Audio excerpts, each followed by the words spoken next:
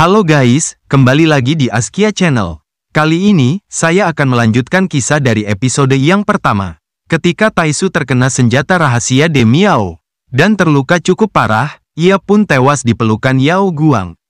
Liu Shufeng dan Yao Guang menguburkan jenazah Taisu. Baiklah, langsung saja saya melanjutkan alur cerita untuk episode yang kedua.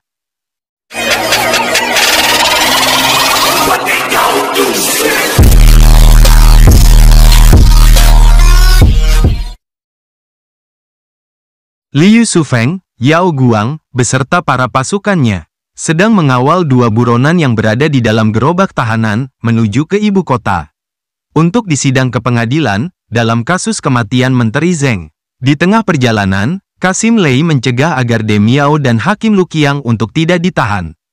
Meminta, anggota dinas rahasia itu segera membebaskan mereka berdua. Kemudian Liu Shufeng memberi penjelasan kepada Kasim Lei bahwa mereka adalah pelaku utama atas tewasnya seorang menteri. Tetapi Kasim Lei tidak mempercayai perkataan Liu Shufeng.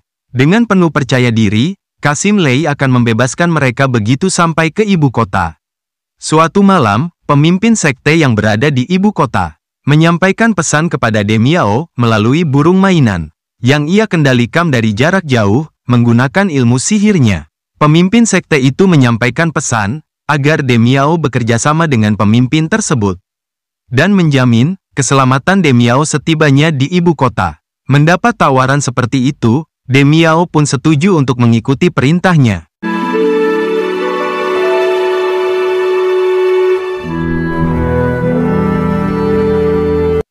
Tidak beberapa lama kemudian, datanglah Kasim Lei menghampiri Demiao. Kasim Lei berdiskusi secara panjang lebar. Namun, Demiao tidak menyadari bahwa Kasim Lei itu adalah Taisu. Demiao tidak mengetahui bahwa Taisu adalah ilusionis yang tidak bisa dibunuh. Ia dapat hidup kembali, meskipun terluka parah. Taisu memiliki kekuatan penyembuhan diri yang super cepat. Selagi asik mempermainkan Demiao, tanpa diduga, gerobak kayu tiba-tiba meluncur dan menyerang Taisu. Gerobak itu dikendalikan dari jarak jauh oleh pemimpin sekte dengan ilmu sihir untuk melindungi Demiao. Liu Shufeng dan Yao Guang terkejut begitu melihat Taisu masih hidup. Ia tidak percaya Taisu bangkit dari kubur dan menyusul mereka. Sementara, Yao Guang merasa senang melihat kedatangan Taisu.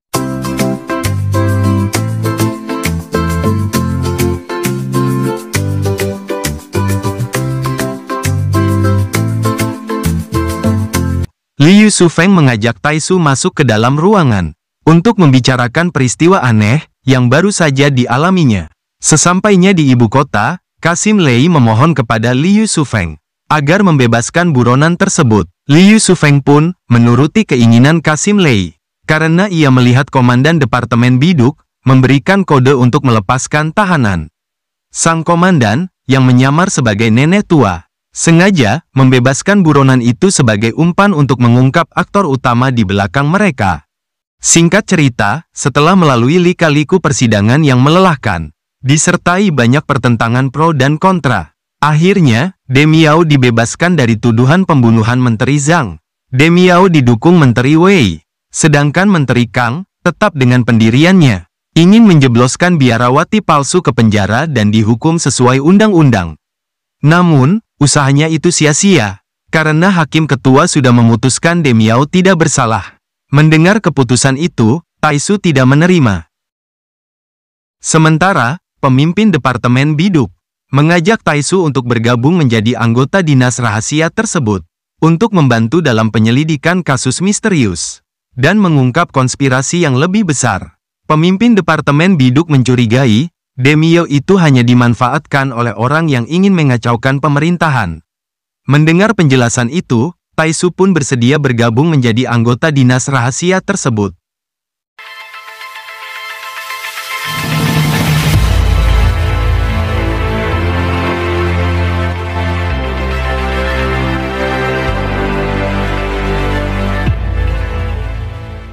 Suatu malam, orang bertopeng yang merupakan pemimpin sekte beraliran hitam datang menemui Demiao. Ia adalah orang yang membantu membebaskan Demiao ketika terjerat kasus di pengadilan.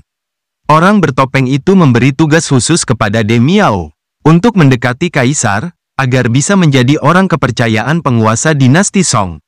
Karena ia mempunyai misi rahasia, bahkan Demiao sendiri pun tidak mengetahui apa maksud misinya tersebut. Demiao tidak menyadari bahwa dia hanya dijadikan sebagai boneka untuk memuluskan rencananya. Kemudian, orang bertopeng itu pun memberikan senjata rahasia kepada Demiao. Singkat cerita, Demiao berhasil menjadi orang kepercayaan kaisar. Ia pun diangkat sebagai guru spiritualnya. Sang kaisar, yang agak bodoh dan masih percaya hal-hal mistis itu pun diperdaya Demiao untuk membangun tempat pemujaan Dewa Langit, yang menurutnya dapat membawa kemakmuran rakyat. Proyek altar pemujaan yang bernilai fantastis, yang menguras keuangan negara telah selesai dibangun. Namun, terjadi korupsi besar-besaran selama proses pembangunan proyek tersebut. Dari sinilah, unit rahasia Departemen Biduk menugaskan anggotanya untuk menyelidiki keterlibatan korupsi yang dilakukan pejabat istana.